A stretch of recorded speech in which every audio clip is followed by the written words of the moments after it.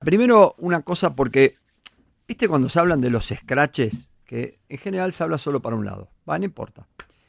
Eh, a Carlos Heller le quiero mandar mi solidaridad, más allá de todos los años que nos conocemos.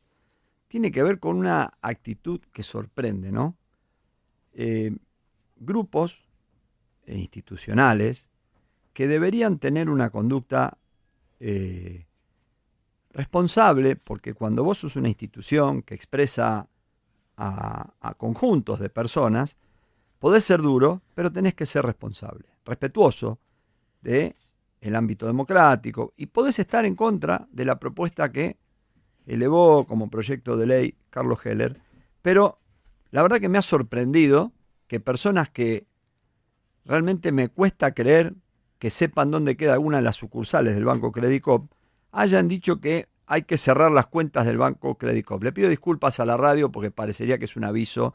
En realidad es simplemente no, rechazo los scratches porque creo que son un método fascista. Son antidemocráticos, vulneran derechos y sea quien fuere el que soporte el scratch, tiene derecho a ser defendido. Esa es una responsabilidad de la Defensoría. Así que mi solidaridad y el acompañamiento a Carlos Heller, y lamento que una institución centenaria en la Argentina, con sus idas y vueltas, con sus políticas, con sus propuestas, con sus reclamos que tienen que ver con la legitimidad de quienes las conforman, que podemos discutirlas o no en el marco del contexto de la Argentina, debe tener un criterio institucional, democrático, amplio, respetuoso, aún siendo duro, pero no estableciendo estos criterios que rompen las relaciones de convivencia, estigmatizan y además generan una situación de discriminación frente a una persona en particular. Bueno, la verdad que ayer hubo un anuncio presidencial distinto, acompañado el presidente de la Nación por los gobernadores Gutiérrez de Neuquén, Omar Perotti, gobernador de la provincia de Santa Fe, y Gerardo Morales, gobernador de la provincia de Jujuy. Bueno, la verdad que estamos viviendo en un país con la extensión de la Argentina, algo que se ve en otros países, que es el desarrollo interno del virus de un lugar a otro. Habíamos arrancado fuertemente en Ciudad de Buenos Aires y conurbano, en el AMBA. Hoy estamos amesetados en niveles de unos 800, 900 mil casos en ciudad, 4.000, 4.500 en conurbano, en todos los partidos, Avellaneda, Lanús, Banfield, Quilmes, Lomas de Zamora, La Matanza, Vicente López, San Martín, 3 de Febrero, Merlo, bueno, todos los barrios del conurbano.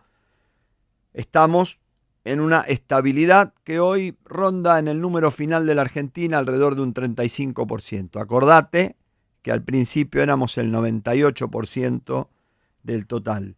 ¿Qué es lo que ha sucedido? Hay un traslado hacia el interior y está golpeando con mucha dureza a provincias. A Río Negro la golpeó desde el principio, pero claramente está golpeando ahora a otras provincias con números que preocupan. Estamos en contagios, lo ves todos los días, 15.000 contagios, 16.000 hemos llegado, y con un lamentable número de personas que han fallecido, a quienes, a sus familiares, le enviamos nuestras condolencias, números que realmente duelen, y que tenemos que dejar de verlos como números para empezar a tomar en cuenta que son personas que murieron como consecuencia del COVID. Y en esta presentación que hizo el presidente te marcó claramente que va dando mayores responsabilidades a los gobernadores, que también, de nuevo, hay velocidades distintas. La ciudad de Buenos Aires abriendo muchas más actividades en este número alto pero amesetadísimo, ya con muchos días en el mismo número, con una ocupación de camas en el sector público de aproximadamente 42%, un poco más arriba lo que podrían ser las camas de las unidades de terapia intensiva. La apertura de clases en la ciudad de Buenos Aires bajo una modalidad que después va a explicar Paula, no solamente de estas aperturas, sino del total de aperturas de la ciudad de Buenos Aires, el conurbano, y de los 18 departamentos que ha tomado una política distinta en el interior de la Argentina, que eran los cierres. Tenía mezcladas las cosas y por eso me trabé. Pero es indudable que estamos frente a una situación compleja. ¿Qué es lo que sucede? Te encontrás con los avances de las vacunas, te encontrás con las pruebas que se van haciendo.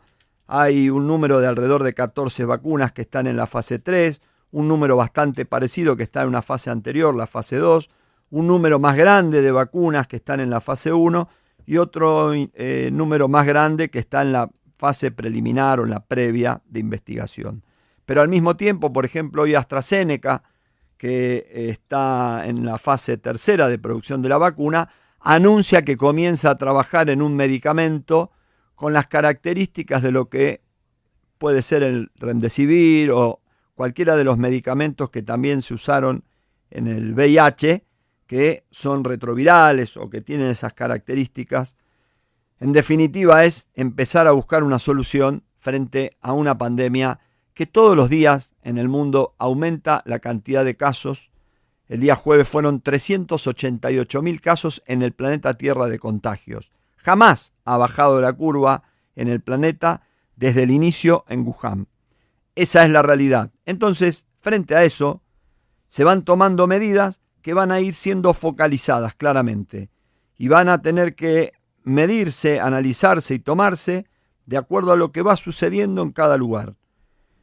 En ese sentido, también es importante entender que la pandemia ha golpeado económicamente al planeta Tierra. Nosotros teníamos una situación crítica en la Argentina con un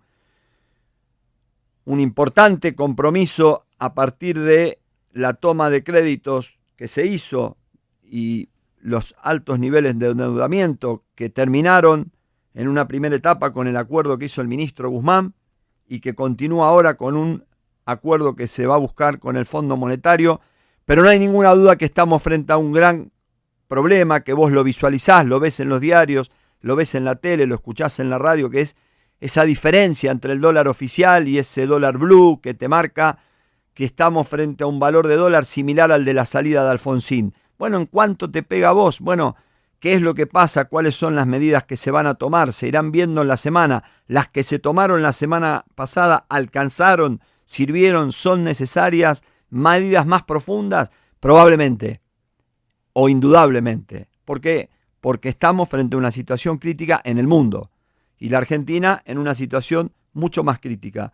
Para eso, claramente hay que tomar medidas, sin olvidarse también que hay sectores muchísimo más vulnerados sobre los que el Estado debe actuar.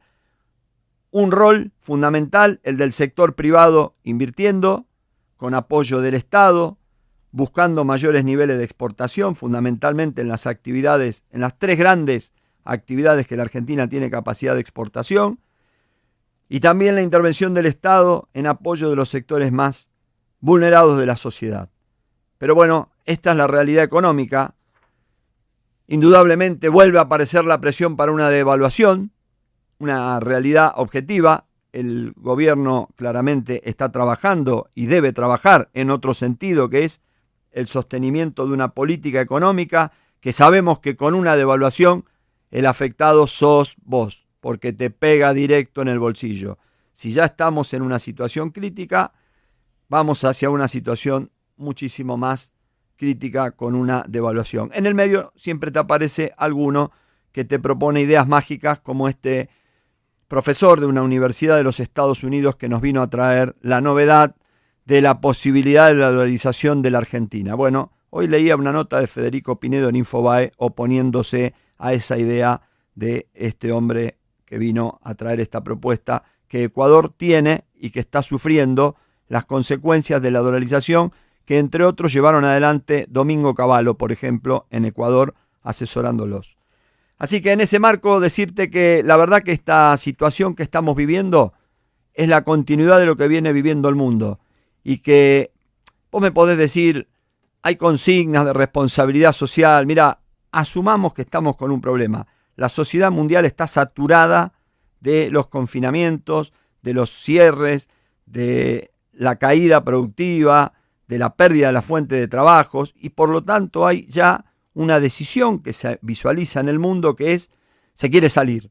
Ahora, ¿qué hacemos cuando salimos? Bueno, ahí empieza la necesidad de que haya un discurso fuerte, una política fuerte y un compromiso. Pero la verdad que si el compromiso no lo hacemos individualmente y colectivamente, de que convivir con la pandemia, trabajar, producir, estar en la calle, es complejo y que hay que cumplir con determinadas pautas, es difícil. Por eso, este compromiso tiene que ser de todos. Desde el gobierno con mensajes clarísimos, desde las empresas con protocolos claros e individualmente cada uno de nosotros cumpliendo con las medidas de utilización del barbijo, de distancia física, de aprovechar el espacio público, pero fundamentalmente de saber que tenemos que cuidarnos y cuidar a los otros. También tiene que haber un cambio fuerte en las conductas individuales.